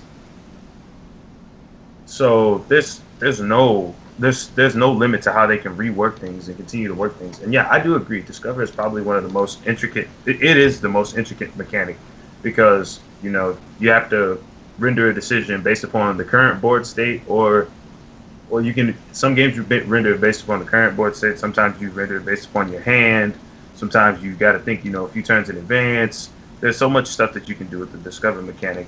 But in terms of RNG, I just feel like, as a player, I feel I'm pretty decent at managing RNG and understanding it, because, like I said, any good player, like once you hit higher ranks, like maybe like in the mid to lower ladder, it's a bit more frustrating when we're there, like, because we're all currently like in the middle of the ladder. You know what I mean? But once you get to higher ladder, people should be constantly adjusting their game plans, and you should be able to see what they're adjusting to. And also with that good, like say with Kabbalah's Tome, even though you can't play around the spells, like they're not always necessarily going to be good spells. Like Mage has some shitty spells, like Shatter, like to completely negatively affect and worsen the card. And Hearthstone has also intentionally thrown cards into bat cards into those card pools in order to mess up the potential of the RNG. So it's not like they're hitting like dynamite. It's not like they're like hitting dynamite every time. I had an opponent who drew like 2 or 3 shatters off of Kabbalah's Tome before. You know what I mean? Or like somebody played somebody played the Faceless whatever. I can't think of what Faceless Summoner. Faceless Summoner, thank you. The Faceless Summoner, and got the 1/4 or the 1/5 whatever. Like RNG is not always going to be amazing. Yes, it's a thing, and it's annoying when you can't play around it. But I feel like Brandon said, you can always adjust your game plan according to RNG. If you just don't want to give the opponent to show you what they drew, be more aggressive. Like, or if you see your opponent's trying to put you in a certain range or something, you can probably guess that they have a couple fireballs or whatever, some kind of burn spells. Yeah. So that flows back into the leveling conversation that we were having. Yeah, that's what I want to finish. Yeah. So Next Level Magic is a book by Patrick Chapin, a guy I played Magic with. And he's in the Pro Tour Hall of Fame. Very good. Magic Hall of Fame, not Pro Tour Hall of Fame. Magic the Gathering Pro Tour Hall of Fame. That's a really fucking long name, but that is what they call it. So he was talking about I don't know if Matt heard my example, so I'll just go through it real quick again. But so if I'm playing Zoo on a Zoo matchup, like this is a deck that's been around forever, so that's why I like to use it as a simple example. And I have a Flame Imp, but I also have a Voidwalker, and I'm going first. If I know that this is not true, but in a world where this is true, I know that if my opponent coins out a Dark Peddler, I'm very unlikely to win. And I know that if I play this Flame Imp, my opponent is very likely to play a Dark Peddler. Because of that situation, I can say, okay, no, I'm going to play this Voidwalker instead. So I've thought a next level above my opponent. So how this is actually described is level 0 is I am playing against no opponent. I'm just playing my spells and minions to deal 30 damage as fast as possible. I'm not reacting to anything. I'm not attacking any minions. I'm Face Hunter. I'm playing level 0. Then there is, and a level 1 player will beat a level 0 player, and a level 2 player will beat a level 1 player. A level 3 player will beat a level 2 player. Mm-hmm. But a level 2 player won't necessarily beat a level 0 player. That's what we'll start on. So I'll describe what level 1 is. Level 1 is a player that will respond to what I'm doing. Or sorry, if I'm a level 1 player, I'm responding to what my opponent's doing just enough to get the most possible value and deal the most damage. I'm not anticipating what's in their hand. I'm only responding to what they've done. Level 2 players respond to what they have done and what I can do. Mm-hmm. So you're thinking, okay, so they've played these cards and they've reacted to my stuff. This is what I can do. Then a level 3 player is considering that a level 2 player is considering their own actions. So a level 3 player is that person that's not playing that Flame Imp on turn 1, playing the Voidwalker instead, even though it's less damage, because they're considering a level 2 player's responses to what they're doing. And a level 4 player considers the level 3 player's thoughts, and you have the Sicilian from A Princess Bride.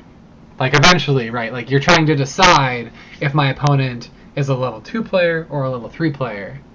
And are they going to be anticipating what I'm doing? Are they going to be doing a good job of anticipating what I'm doing? And let me tell you, it is very easy as a level 4 player to lose to a level 0 player. Because if you are thinking that, say, this Face Hunter is going to trade with some of your minions because it's just such a huge advantage to them. Like, I've got this freaking Magma Rager and they're not trading their 1/1 in. What is this? Like, that's how a level 4 player will lose very, very easily to a level 0 player. Is just not considering the fact that their opponent will just ignore all their stuff. Because it's such a bad play. Like, I've got like 7 Magnum Ragers in play, and he's just not trading any of his 1/1s in. But, like, for some reason I can't attack with them. I don't know. Whatever. But, like, there are times when you're playing against Face Hunter where if they would trade with your stuff, they could last, like, 3 turns longer. And they just don't make that play. So you, like, you play the wrong way because you think of it that way. And because they are playing incorrectly, it fucks you up. That is a concept best defined. Concept too. Yeah, exactly. We just call it the Holy Trinity, though. It's like the beginner is like the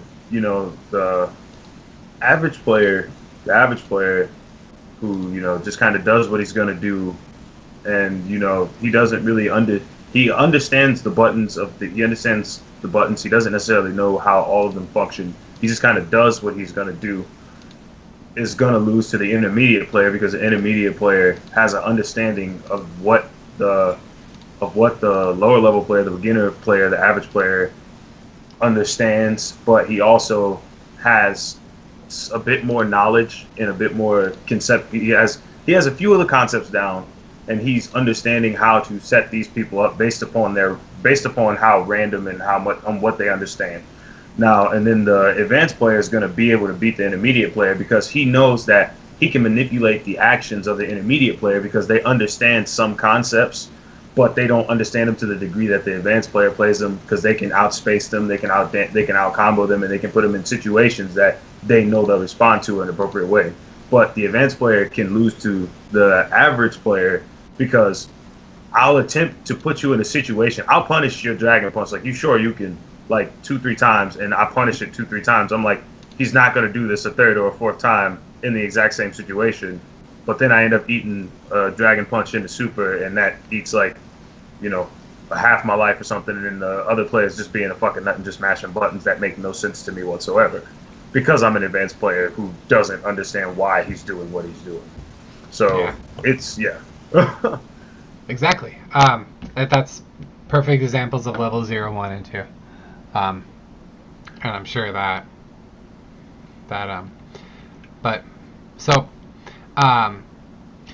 it's very, sometimes it's really easy to know what level your opponent is and what level you are. and sometimes it's very hard. But if you can correctly predict what level someone is, it's so easy to know what kinds of cards are in their hand. Like, one of the ways that I got a lot better at Hearthstone, like I was never that bad because I had all these concepts for Magic. But one of the ways that I got better at Hearthstone was my brother was talking about, like my brother was just calling cards in his opponent's hand. He was playing Rogue in Arena, like he was incredible at it. This was before any expansions, dude. He got 12 wins with basic Rogue. Like I don't back in the day. Like I don't even know. Man is a monster. I don't even know. But like that's what he loved playing, and he drafted like a deck with 1 4-drop once. Like that was his deck, was just like a shit ton of super cheap cards, and he was doing it. But okay, but he was just calling off what kind of cards his opponent was going to play, and he was like every single turn he's like, all right, this is going to play Hurryskull. All right, he's going to play blah blah blah. He's going to play this. He's going to play this. Like every time, because when his opponent was playing well, you know, he could see, okay, well, my opponent skipped a 4, but he's playing well. He's almost certainly got an Abomination in his hand that he's been holding since the Mulligan phase. Like these are, because he put his opponent on the correct level, he could correctly predict what kind of cards he had. And when you're talking about that Kabbalist Tome, how you read what your opponent has, you need to figure out what level they're on. And then you have a very, very good knowledge of what kind of cards they have. Like when I was giving my aggro deck example earlier, I know how to beat an aggro deck. I know what cards they need. If they're not playing cards that have been very good, maybe they have cards that are exceptional against aggro decks in their hands. Or they just kept a bad mulligan. Like, it's putting my opponent on level 0, they just kept a really bad mulligan, versus level 2 of they kept a really good mulligan knowing that I was going to play an aggro deck and that they needed these great responses to something like that. But yeah, that's levels. What do you think, Matt? I mean, yeah. I don't really have a lot to contribute to that. I think it's an awesome concept to think about. I kind of wish I had some of the background. Like, this is the first card game I've ever played. I wish I would have had some experience with like Magic or even like Yu-Gi-Oh or the Pokemon TCG or something like that. So it is awesome hearing some of these concepts translating from but those levels, like other games. I think the important part that I wanted to bring it up for this conversation is that levels are how you control for randomness in those situations where you have no fucking clue what they have. That's how you use clues into what they have, dude. Like, I tell you, so there's this. You guys know the poker player David Williams? Okay, he's won bracelet, and he's like every dude wants to be him. Like, he's super attractive, has a great family.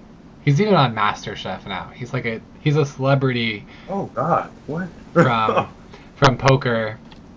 But he also, he's a really, really good guy, and he plays Magic, and basically, like, he's everything I want to be in life now. But, so David Williams, when he plays Magic against his, like, people that he has played Magic against before, he would literally call out what his opponent has drawn, like, 5 seconds after they drew a card. Like, there is literally a video of him playing in the Pro Tour against one of his best friends, and it's like 2 seconds after he draws this card, so his friend's name is Paul. So Paul will draw a card, just look at it, look at David, and David will say what the card is. It's insane. But it's because David knows so much information about what Paul is doing. the way that Paul reaches for the deck matters. The way that Paul lifts the card off the deck matters. The way that Paul reacts to looking at the card matters. The way Paul starts to look at the card matters, because if he's excited about something, all of those things are going to change before and after. Like the way that he's going to draw a card if he needs to rip a top deck is going to be different than if he feels comfortable with what he's already got in his hand. Like he's just going to kind of pick it up compared to just, you know, like really like reaching over. Stuff like that. Like so David sees all of these bits of information that, you know, you don't have the same bits of information in Hearthstone, but we have so much information when we play against somebody that all can make you play better or worse, depending on how you interpret that. Okay. And that's why this level concept is incredibly important to, if you want to win in this Hearthstone environment that has a lot of RNG, and it'll even help you win in an environment with less RNG.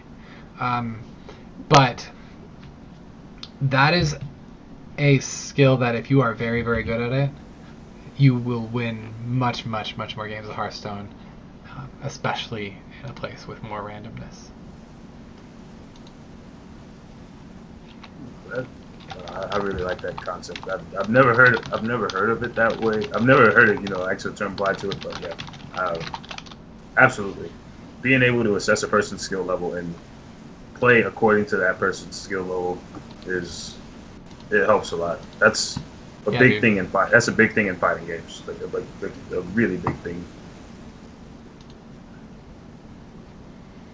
I would say it's like a big thing in Yu-Gi-Oh, but at the same time, I can't say that because Yu-Gi-Oh is in like a current state where it's like, I'm gonna do what I'm gonna do, regardless of what you do. So level zero. Yeah, that's the right play. I'm gonna do what I'm gonna do regardless, and I'm going to try to protect myself against what you could potentially do to stop me from doing what I'm doing. And if all goes well, then I win. Like, if you can't stop me, I win. Right. And that's just kind of how it is. and that's and that is what I think Matt fears really is the, I'm just gonna set up what I'm trying to do and prevent the most damage, and then nope, is that good enough? Like I really don't think Hearthstone's close to that, but I can see it happening, very very much so, and again that's why I like to highlight the two edge cases. Is you can see as Hearthstone moves either way what you like less and what you like more. I agree. No, I really think that's a really good way of thinking about things. Yeah. Do you guys have any more questions, or you feel like this is a good spot to wrap this discussion up? I feel like this is a pretty good place to end the conversation. I think cool. That's. Yeah, I definitely appreciate a lot of the insight. I mean, I don't know. There's a ton of like subplay that goes on, even if it's just like watching your opponent's mulligan, seeing which cards he plays, and all that. Like, yeah. The one the feature in Hearthstone Deck Tracker that I honestly like enjoy the most is what turns my opponent has drawn what cards, and what cards they like have mulliganed or haven't mulliganed and they've just held on. Yeah. Because of that. So I do the same thing. I need to actually maybe stop using that as a crutch though. Maybe that'll help like improve my play. Nope. Actually like watching my opponent's hand. So the only thing that okay, so you are right that will change how you approach the game, but you are only sort of right that it'll make you a better player, because it will make you better at remembering which cards they drew when, but it won't make you better at reacting to those cards unless it also causes you to pay more attention and to accurately pay more attention to and react to when those cards were drawn. So if you are already reacting to when those cards were drawn, and reacting well, like you don't like you think you're pretty close. Like all skills in asymptote for every in any individual, right? So if you or not asymptote, graph with a line with an asymptote, right? Whatever. As you're approaching the limit of your skill, like if you think you're really close to your limit I don't think I can get very much better at responding to when my opponents have played the cards that they've drawn when, like specific that slice of skill. Then I think you can move to get rid of deck tracker, and now I want to practice them paying attention to that. But I definitely think paying attention to that is a lot of work, a lot of brain power, and if you are not at that, like, or close to that limit, like if you're catching yourself doing things wrong because you're like, oh shit, he's had that card in his hands since the beginning of the game, and I bet it's a fucking Sylvanas Execute or whatever, like a Sylvanas Shadow Word Death, then turn the deck tracker back on. Because that skill of reacting to cards that have been in their hand forever, way more important than the skill of remembering when they've played cards.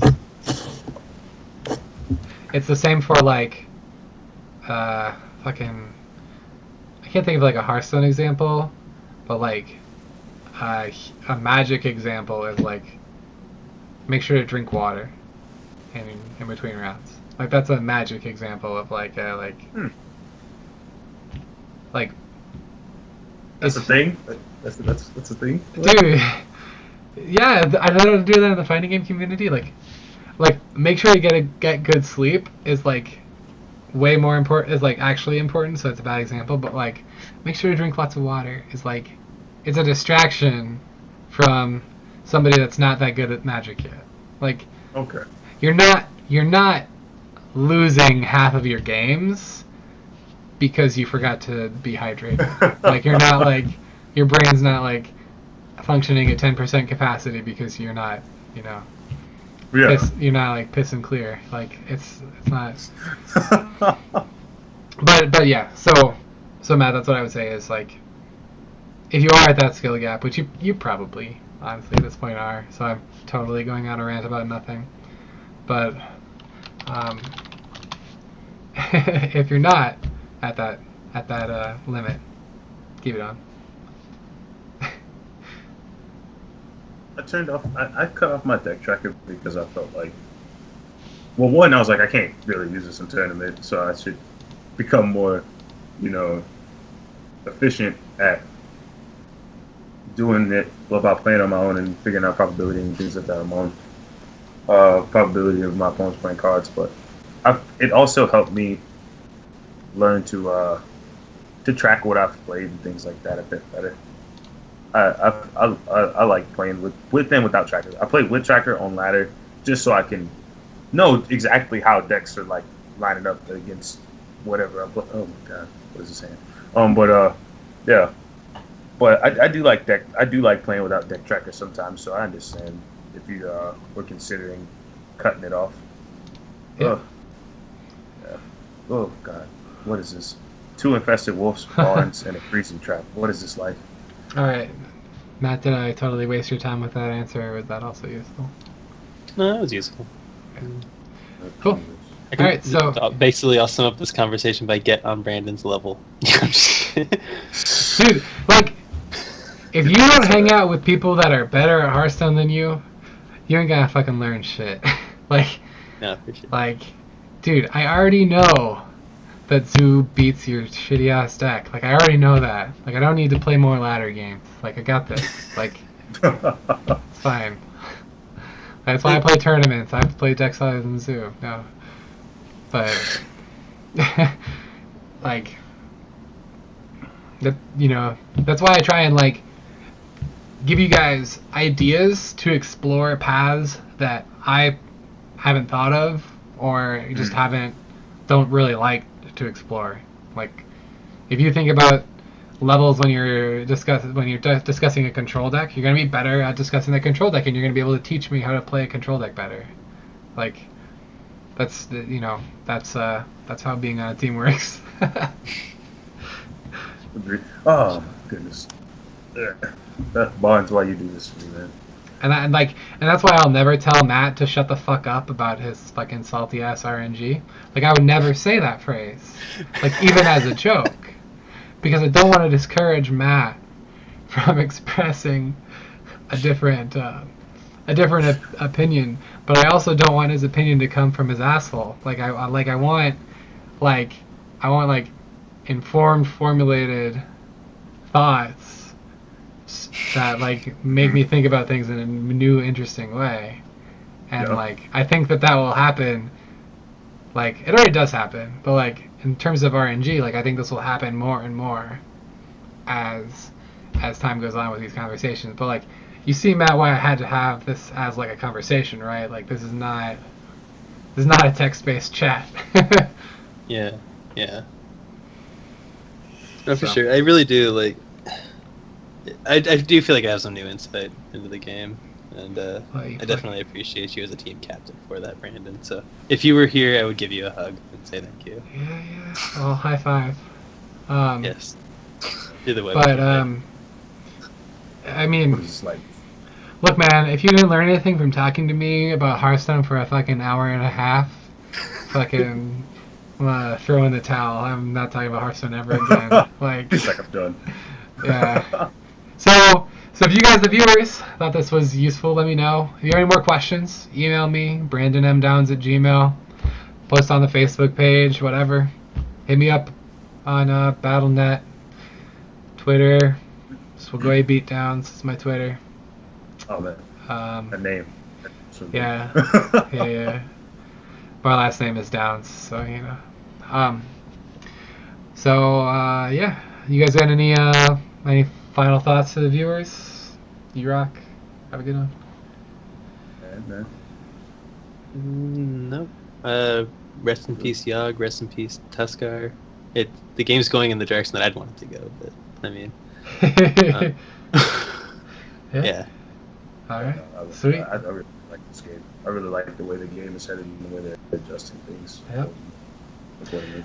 And you know what? I really like the game this way it's heading because they keep adding more cards, and I think they just need 7,000 more cards. It'd be great. Just more cards. Just more cards. Agree. More cards would allow for more archetypes. I think right now the format's super limited, especially if it looks like we're only going to get literally five two releases this year. Yeah. Well. Yeah. More cards. If you guys are thinking about applying for a Hearthstone developer position or Hearthstone balance or game designer, apply, because I want you guys to work there so they can make more cards. Oh, that'd be so sexy. Yeah. All right. That's the dream.